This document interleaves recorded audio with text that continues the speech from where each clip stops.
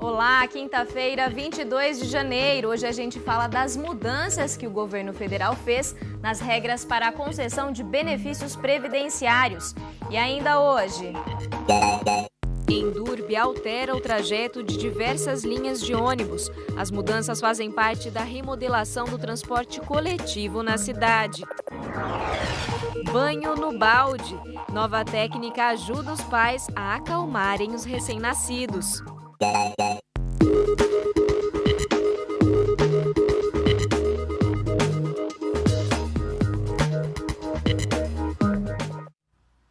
A Endurbe está fazendo alterações nas linhas de ônibus aqui na cidade. O objetivo é remodelar o transporte coletivo e torná-lo mais eficiente. Mudança é uma palavra que acompanha os passageiros do transporte coletivo em Bauru. Sérgio trabalha de madrugada e por isso pega ônibus em horários de menor movimento. Mesmo assim, já observou mudanças recentes feitas pela Endurbe, que gerencia o sistema. Em uma das linhas, o ponto de ônibus mudou de lugar, aumentando a caminhada até o destino. Mas ele aprova a intenção das alterações. Eu acho muito bom, né? Porque aí o passageiro pode chegar mais rápido com o destino, ao serviço, ao lazer. Pode causar algum incômodo inicial, sim ou não? Inicial, sim. Principalmente para onde eu vou. Às vezes eu estranho um pouco porque ele muda a rotina, né? Aí eu tenho que caminhar um pouco mais distante para chegar em casa. Somente em 2014 foram cerca de 200 mudanças nos trajetos de coletivos em diferentes linhas. De acordo com a Endurbe, o objetivo é reduzir o tempo de circulação e aumentar a segurança, evitando acidentes de trânsito. Tem linha que a gente fez alteração não visando o ganho de velocidade, mas visando, por exemplo, a segurança. A gente tirou elas de algumas ruas que não tinham cruzamento preferencial e passou para preferencial. Tirou de cruzamento sem semáforo e passou para cruzamento com semáforo. Então algumas linhas elas acabaram ficando com o mesmo tempo de operação, mas elas ganharam muito mais segurança. Já outras linhas, um exemplo, o Bauru Especial, a gente reduziu ele em quase meia hora. Então isso tudo para quem está embarcado faz muita diferença. Pontos de parada que eram pouco utilizados foram retirados e remanejados para ruas de maior movimento. Em outros casos, vias estreitas e com baixa demanda perderam a circulação de ônibus. Um exemplo é a linha Bosque da Saúde e Jardim América. O trecho em vermelho é o antigo, que foi desativado. Já a marcação verde mostra o novo trajeto pela movimentada Rua Bernardino de Campos, praticamente uma linha reta. A proposta é de linhas mais curtas, mas que liguem os bairros ao eixo Centro-Sul, onde está a maioria dos empregos em Bauru. A região recebe 53% do fluxo de passageiros nos dias úteis. Outra ação será o enxugamento de linhas, retirando algumas que se sobreponham. O transporte coletivo de Bauru tem 69 linhas e 238 ônibus em circulação. Mensalmente, eles transportam 2,5 milhões de passageiros. Segundo a Endurbe, as mudanças já iniciadas incluem a construção de 4 mini-terminais, sendo que um deles será construído aqui na Praça Machado de Melo. Elas são, a gente chama de estações de conexão ou mini-terminais, que são pequenos terminais que permitem a integração com um nível de conforto maior. A pessoa ela vai poder acessar um banheiro, vai ter um serviço público, um caixa eletrônico e uma cobertura diferenciada. E a proposta da Endurbe e da Prefeitura Municipal é fazer esse trabalho através de um concurso voltado para estudantes, um concurso de ideias, em que estudantes de arquitetura, engenharia e design vão poder participar e apresentar propostas para o poder público. O estudo para a remodelagem do sistema custou R$ 668 mil e foi pago com dinheiro da Prefeitura. A remodelação está sendo implantada aos poucos. A previsão do poder público é de que esteja finalizada em até 2 anos. Para esta especialista da Unesp, o sistema de Bauru tem problemas parecidos com os de outras cidades, como a falta de ações federais, estaduais e municipais para reduzir o transporte individual. Sobre as recentes mudanças, ela avalia que as pessoas não gostam de ter a rotina alterada, mas precisam se acostumar, já que o sistema tende a ficar melhor. Quanto mais perto um ponto do outro, é mais confortável para o usuário, sem dúvida. Só que, no entanto, o tempo de viagem, vai aumentando, porque cada parada que o ônibus para em cada ponto, ele vai perder em torno de 1 a 2 minutos. Quanto maior a distância entre os pontos, menor seria a necessidade de número de ônibus na frota.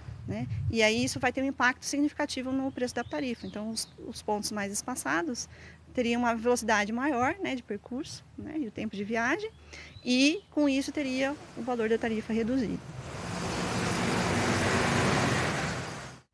E quem tiver dúvidas sobre as mudanças nas linhas de ônibus, pode entrar em contato com a Endurbe por e-mail ou então ligar na Central de Apoio aos Usuários. O telefone é o 4009-1740.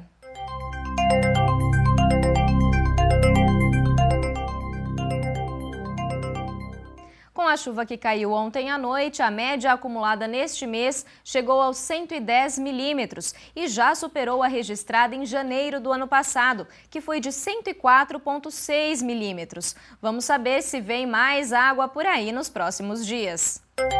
Uma frente fria sobre o Oceano Atlântico deixa o céu parcialmente nublado, com chuvas acompanhadas de descargas elétricas nas regiões leste, nordeste e noroeste do estado de São Paulo.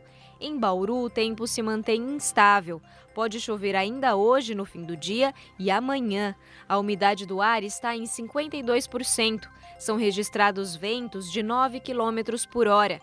A temperatura mínima hoje foi de 20 graus e a máxima chegou aos 30.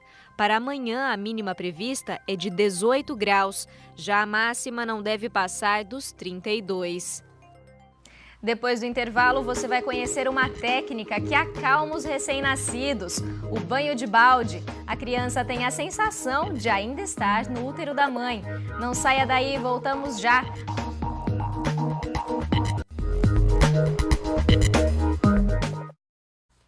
Você já ouviu falar de banho de balde? Mas não é aquele por falta de água, não. É uma técnica usada com bebês recém-nascidos e tem o objetivo de oferecer mais conforto e tranquilidade à criança. Os pais têm aprovado a novidade. Há cerca de um mês, Edilaine passou pela emoção de ter a filha Nicole. Agora, ela tem contato com uma nova sensação: mergulhar a pequenina num balde de inox. É um banho relaxante. A água na temperatura de 36 ou 37 graus faz Beatriz até pegar no sono. Para ela foi bom, né? Tá no quentinho, gostou, ficou quietinha, dormiu sono profundo. A maternidade Santa Isabel de Bauru começou a dar banho de balde em bebês no primeiro semestre de 2014. Um dos objetivos é proporcionar ao recém-nascido um ambiente semelhante ao do útero materno. O espaço pequeno faz o bebê encostar braços e pernas, como era no ventre da mãe. É possível fazer em casa também. Os pés devem ficar apoiados no fundo. A água não pode passar do pescoço para não haver risco de afogamento. Dar sequência ao procedimento em casa. Depois da alta, ela vai com o bebê para casa. Quais as principais atenções ela deve tomar no ambiente doméstico? De um modo geral, a atenção que as mães precisam tomar são as mesmas relacionadas aos banhos de banheira. Então, nunca deixar o bebê sozinho, sempre ver a temperatura da água, separar todo o material antes de colocar o bebê dentro da água. Não fazer banhos muito prolongados, o banho vai demorar de acordo com cada bebê. Então, vai ter recém-nascido que vai levar 10 minutos, 15, 20 minutos. A delicadeza da recém-nascida emociona mesmo quem não é da família, mas tem muita atenção com as crianças. Trazer essa sensação para eles que eles tinham dentro do útero é emocionante.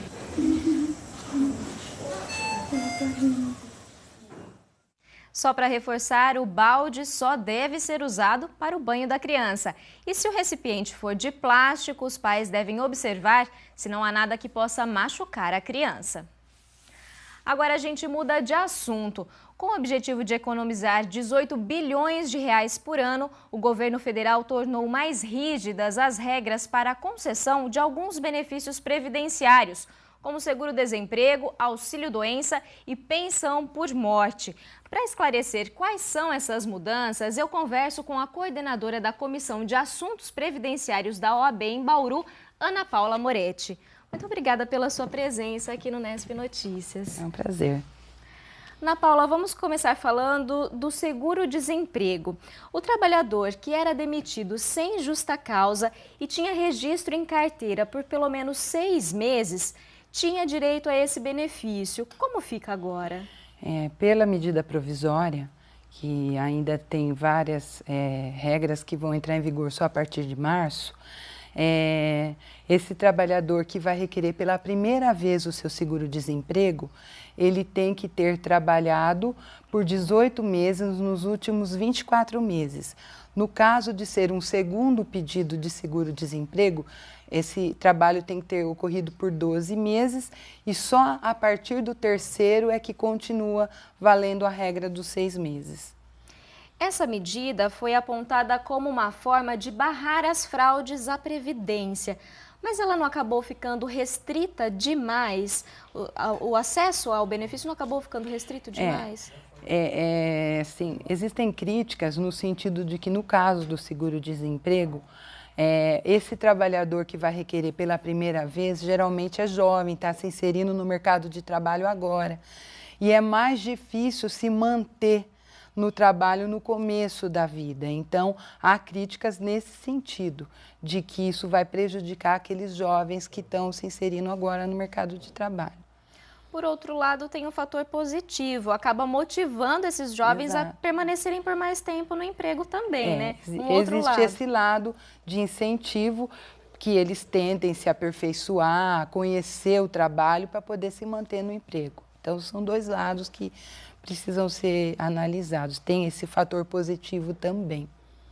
Em relação a um outro benefício, o auxílio-doença, os patrões eles arcavam com os primeiros 15 dias de afastamento dos funcionários e o INSS ficava por conta dos demais dias de afastamento. Agora, os primeiros 30 dias vão ser de responsabilidade do empregador.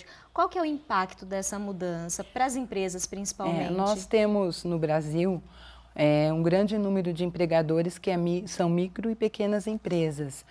Então, há a crítica que isso vai prejudicar muito essas micro e pequenas empresas, porque elas vão ter que arcar dentro de 30 dias com o valor desse afastamento. E isso pode prejudicar o trabalhador também, porque gera um preconceito, o medo dele ficar desempregado depois disso. Então, às vezes, ele vai preferir trabalhar doente do que pedir um afastamento por conta de correr esse risco. Então, tem todas essas questões, né? Mas a questão das perícias para avaliar se o trabalhador tem direito ou não a esse auxílio, elas estão mantidas. Sim. São de responsabilidade das empresas. Exato. Porque assim, o trabalhador ele vai apresentar o atestado médico e, via de regra, nos 30 primeiros dias, uma vez trazendo o atestado do seu médico de confiança, a empresa é obrigada a aceitar aquele atestado médico. Não teria por que ela contestar, não existe, assim, basicamente nenhuma perícia que é feita, pelo menos nos 15 primeiros dias, ela aceitava aquele atestado médico e do 16º em diante se procurava. E aí vai continuar essa mesma situação, só que aumentando o prazo agora, né? O que pode acontecer é só a situação do constrangimento mesmo. E aí o trabalhador ele tem condições de reclamar, de pedir algum auxílio nesse sentido, quando ele sente que a empresa não quer conceder um benefício? No caso, o afastamento ele é automático. O seu médico deu o atestado, disse que você está incapacitado por um período de 30 dias, a empresa só tem que acatar. Caso ela não acate, isso vai gerar um monte de problemas para ela na Justiça do Trabalho. O trabalhador pode depois procurar os seus direitos, né, no âmbito trabalhista. Agora, um terceiro benefício, né, que a gente citou, são as pensões por morte. Agora elas vão ter carência, né? O trabalhador ele vai ter que contribuir por pelo menos 24 meses para ter direito, né, a família ter direito a esse benefício. E também será preciso comprovar pelo menos 2 anos de casamento ou de união estável, no caso dos viúvos e viúvas que quiserem pedir esse benefício, né? Como você vê essas mudanças? Bom, a carência de 24 meses, exceto se aquele segurado já estava em auxílio-doença ou aposentadoria por invalidez. Nesse caso, não tem carência, né?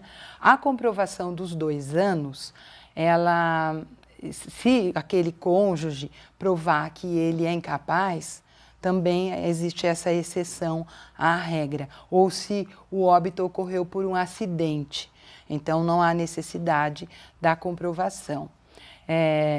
Eu vejo que existem situações, porque assim, o que se defende quando se criou a medida provisória é que haviam muitas fraudes de pessoas que se casavam com pessoas mais idosas e tudo isso para ter direito ao benefício, essas pessoas vinham a falecer logo, então foi uma tentativa de barrar o que eles entendem. Eu acredito que o impacto nos gastos não é tão grande quanto outras situações que nós temos, como, por exemplo, grandes devedores da Previdência Social que não se toma uma providência para se cobrar. Então, eu acredito que uma situação dessa causaria mais impacto nas contas do que fazer uma regra que acaba prejudicando. Nós sabemos que tem fraudes também, infelizmente, tem tentativas de burlar o sistema e a lei permite e acaba se fazendo. Mas a gente não pode tomar também a exceção como regra. A regra é que as pessoas têm direito por conta de ter aquela dependência econômica. Então, isso é que tem que prevalecer e não o contrário. Nessa tentativa de burlar as fraudes, foram feitas 2 outras alterações. O benefício agora ele não vai mais ser pago integralmente e também deixa de ser vitalício. Você avalia essas alterações como positivas? A questão do valor, que passou a ser agora de 50% do valor da aposentadoria que o segurado teria direito, mais 10% por dependente até o limite de 100%, eu penso que ela prejudica aquele dependente. O seu cônjuge já contribuía para a família com aquele rendimento, então, ocorrendo uma redução, isso acaba prejudicando a família. Então, tem que tomar cuidado, porque isso pode, eu creio que isso é até do ponto de vista da dignidade da pessoa humana, é até inconstitucional nesse sentido, né? Com relação à idade, nós tivemos então uma redução, assim, não é mais vitalícia. Então, tem casos, a mulher com 44 anos, o homem com 44 anos já é vitalícia, continua sendo vitalícia, porque a expectativa de vida é 35 anos no caso, pela tabela do IBGE. Mais uma jovem de 21 anos aí que fica viúva, vai ter direito à pensão por 3 anos, por exemplo. Uma mudança significativa. Exato, é uma mudança significativa, mas tem algumas situações que são injustas, né? Então, uma situação que a pessoa venha a falecer ou já vivia junto, não tem como provar essa situação, então é um pouco complexo, mas pode barrar um pouco essa questão das fraudes que ocorrem, né? Essas tentativas de burlar o sistema. Tá ótimo, então, Ana Paula. Muito obrigada pela sua presença. É um prazer, estou à disposição. Agora, no próximo bloco, a gente faz um passeio nas alturas. Você vai ver que o voo à vela é uma das principais atividades do Aeroclube de Bauru. Fique ligado, a gente volta já já.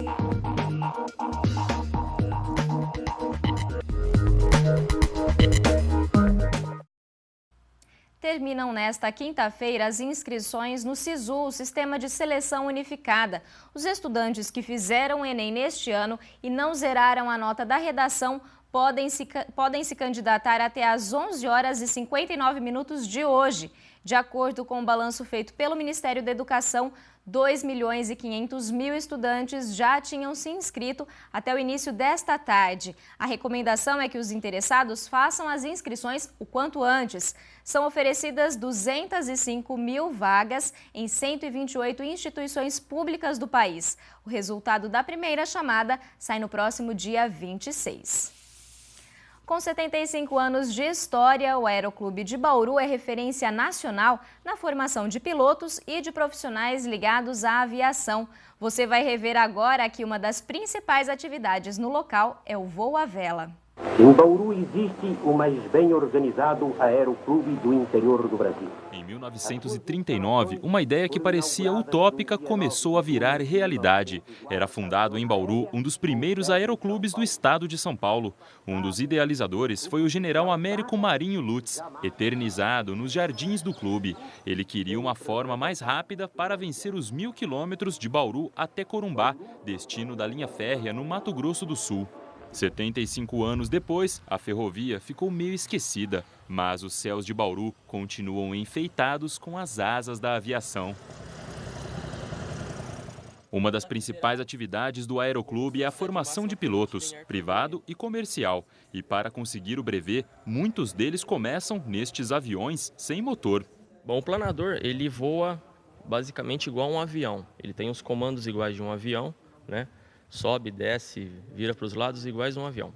Porém, o nosso combustível, que são essas correntes térmicas, né, esse calor que vai nos dar sustentação, a gente tem o sol, que ele vai aquecendo o solo, né? Depois, conforme vai aumentando a temperatura, esse ar ele vai subindo, né? Essa térmica, né? Ela vai subindo, desenvolvendo. E conforme esse ar quente vai subindo e a variação climática ela vai diminuindo com a temperatura, ela vai condensar, ela vai formar nuvem. A partir daí a gente busca essas nuvens, essas referências, para a gente balizar o nosso voo. As horas de voo à vela contam para tirar a carteira de piloto. Nos planadores, eles aprendem lições importantes que vão ajudar em diversas situações quando estiverem em aviões mais pesados. O planador exige de uma fineza maior do piloto, né? E que acaba refletindo depois no avião. O piloto de planador consegue depois voar um avião muito mais facilmente que os pilotos que não têm a formação de planador. Este é um Pucas, um modelo usado para instrução e voos panorâmicos. Aqui na frente vai o aluno ou o passageiro. Lá na parte de trás é que senta o instrutor. Aqui na frente tem um quadro de instrumentos que oferece informações como velocidade e altura. E o manche, que é o que o piloto utiliza para comandar a aeronave. Sentar neste lugar é a realização de um sonho para o Armando. A vontade de voar começou ainda criança. É um sonho de criança, né? Sempre gostei de avião, sempre tive avião na cabeça, aí a gente resolveu partir para isso. Na época, quando eu era molecão mesmo, não podia, né? Hoje, com o trabalho, a gente pode fazer um sonho se realizar aí. Aí estamos lutando, estamos indo devagarinho, mas estamos indo. Hoje ele faz o primeiro voo de planador como aluno. Logo, ele quer transformar o sonho em renda. Eu optei pelo planador por causa do ultraleve. O ultraleve é muito parecido, como a tendência é eu ir para o ultraleve, eu quero fazer o planador para ficar bem na parte de pilotagem. Ainda no hangar, a checagem do equipamento é rigorosa. Baterias e paraquedas não podem ser esquecidos. O planador tem que estar limpo para reduzir o atrito com o ar. Para decolar, primeiro é preciso rebocar os planadores para a cabeceira da pista. O ideal é um dia bonito, sem chuvas e com bastante calor, condições que existem na maior parte do ano em Bauru. O planador é engatado em um avião motorizado, uma ajudinha para subir aos céus. Quando atinge cerca de 500 metros de altura, o piloto desengata o cabo. Pronto, agora são só ele e o sopro dos ventos. O visual é lindo, uma forma diferente de ver a cidade. Quem pratica, garante. Voar à vela é uma experiência apaixonante. É muito divertido, isso é impressionante, a diversão. Quem procura na aviação como forma de lazer, o planador, o voo à vela é a melhor opção, né?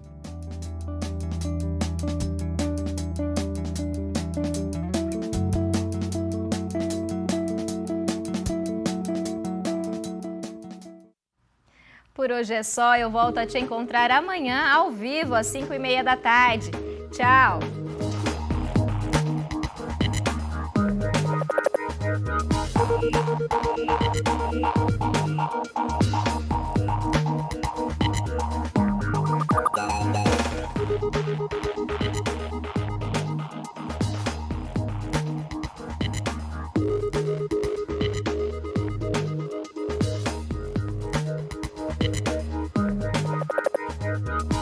Thank you.